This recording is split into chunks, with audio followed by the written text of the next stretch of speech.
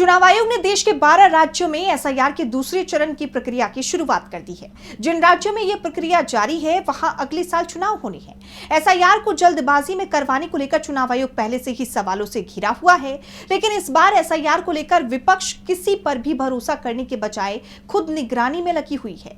इस प्रक्रिया के बारे में लोगों के बीच जागरूक अभियान की शुरुआत कांग्रेस ने कर दी है। सुनिए कांग्रेस नेता सचिन पायलट का ये पूरा बयान।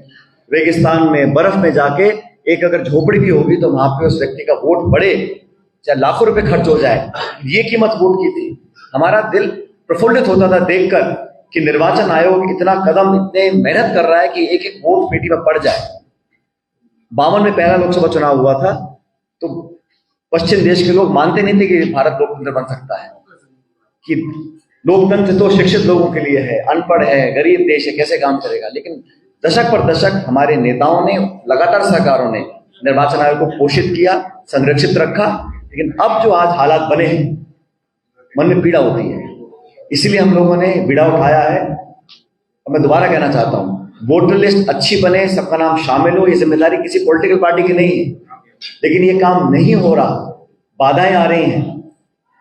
गरीब, दलित, पिछड़े, आदिवासी, उन लोगों का नाम लगातार काटने की साजिश रचने का अगर कहीं काम हो रहा है तो उसको रोकने का काम कांग्रेस कार्यकर्ता करने जा रहे हैं। मुझे पूरा विश्वास है कि हमारी पार्टी के सब नेता, कार्यकर्ता, क्योंकि अब ये भाजपा की सरकारें जहां बनी है, परिसीमन अपने मनमर्जी से करेंगे, आरक्षण मनमर्जी से देंगे, वोटर लिस्ट की दबाव बनाकर अपने सुविधानुसार निर्माण करेंगे, तो फिर निष्पक्षता कहां रहेगी।